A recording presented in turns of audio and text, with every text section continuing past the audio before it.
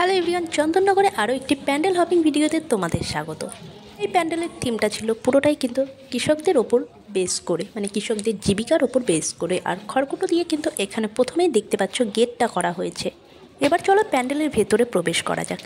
ভেতরে গেলেই দেখতে পাবে এখানে কিন্তু লাঙল, কাস্তে এগুলোর কিন্তু ব্যবহার করা হয়েছে যথাযথভাবে।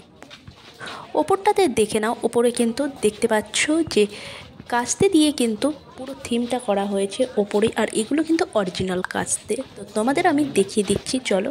আর চন্দননগরের লাইটিংয়ের কথা কিন্তু আলাদাভাবে বলার কিছু নেই, কারণ আমরা সবাই জানি জগদ্ধাত্রী পুজো মানে চন্দননগর, আর চন্দননগরের লাইটিং মানেই কিন্তু জগদ্ধাত্রী পুজো। তো ওপরটা দেখে নাও, ওপরের দিকটা দেখতে পাচ্ছ এগুলো কিন্তু অরিজিনাল কাস্তে ব্যবহার করা হয়েছে এখানে। চাকার ওপরে কিন্তু এই কাস্তেগুলো এভাবে রাখা হয়েছে, আর সবগুলোই কিন্তু অরিজিনাল, আগেও বললাম।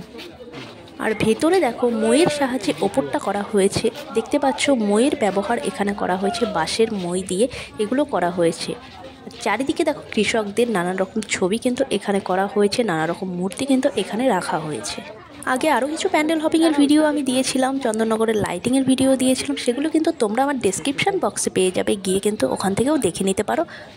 যদি তোমাদের ইচ্ছা হয় অবশ্যই ওখানে গিয়ে একবার হলেও দেখে নাও। আর এখানে দেখো ধান কাটা থেকে শুরু করে সমস্তটা কিন্তু মাটি দিয়ে এই থিমগুলো করেছে। দেখতে পাচ্ছ কৃষকগুলো তৈরি করেছে মাটি দিয়ে, আর তার সঙ্গে কিন্তু খড়কুটোর ব্যবহারটাও করেছে, আগেই বললাম। আর চন্দননগরের লাইটিং নিয়ে তো আর নতুন করে কিছু বলার নেই, কারণ আলোকসজ্জা মানেই চন্দননগর, আবারও বলতে বাধ্য হচ্ছি। তো এবার চলো মায়ের মুখটা দেখবো।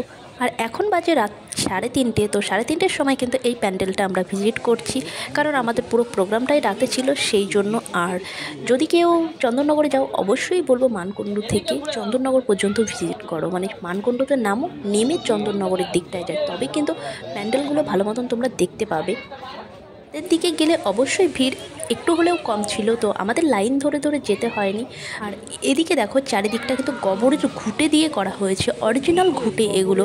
তো তোমরা দেখতেই পাচ্ছ, দেখলেই বুঝতে পারবে। আর নিচে যেটা দেখতে পাচ্ছ, নিচে কিন্তু এগুলো খড়কুটো দিয়ে করা হয়েছে, দেখেই বুঝতে পারছো যে এগুলো কিভাবে করা হয়েছে। নতুন হলে কিন্তু অবশ্যই সাবস্ক্রাইব করে নিও নতুন নতুন ভিডিও দেখার জন্য। অলরেডি অনেক ভিডিও কিন্তু আমি আপলোড করে দিয়েছি, তোমরা গিয়ে চেক করে নিতে পারো। ওপরটা দেখো, ওপরটা কিন্তু সবুজ ঘাসের ওপর। এখানে কিন্তু দেখানো হয়েছে যে চাষিরা চাষ করছে, ধান তুলছে, ধান কাটছে, এরকমভাবে কিন্তু এটা করা হয়েছে থিমটা। যদিও ক্যামেরার থেকে বলবো চোখে দেখা জিনিসটা একটা অন্যরকম ফিলিংস। তো চোখে দেখতে কিন্তু আরও বেশি ভালো লাগছিল আমাদের। তো জানি না কতটা দেখাতে পারছি তোমাদের, যদি ভালো লাগে অবশ্যই কিন্তু সাবস্ক্রাইব করে নিও নতুন নতুন ভিডিও দেখার জন্য। আর এখানে দেখো পুরোটা বললাম ঘুঁটে দিয়ে করা হয়েছে, আর এই কৃষকদের দুর্দশার যে চিত্রটা এখানে কিন্তু সেটাই ফুটিয়ে তোলা হয়েছে। আর চারিদিকে আলোকসজ্জা দিয়ে দেখো লাইট দিয়ে ভরিয়ে তুলেছে পুরো প্যান্ডেলটা। আর এখানে আছে মা অধিষ্ঠান করছে এই পুরো প্যান্ডেলের ভিতরে। চলো এবার দেখা যাক মায়ের মুখটা। দেখতে পাচ্ছ মায়ের মিষ্টি মুখটা। তো আর এত সুন্দরভাবে মায়ের মুখটা করা হয়েছে যেন তাকিয়ে থাকতে ইচ্ছা করছে। দেখা হচ্ছে অন্য কোনো ভিডিওতে।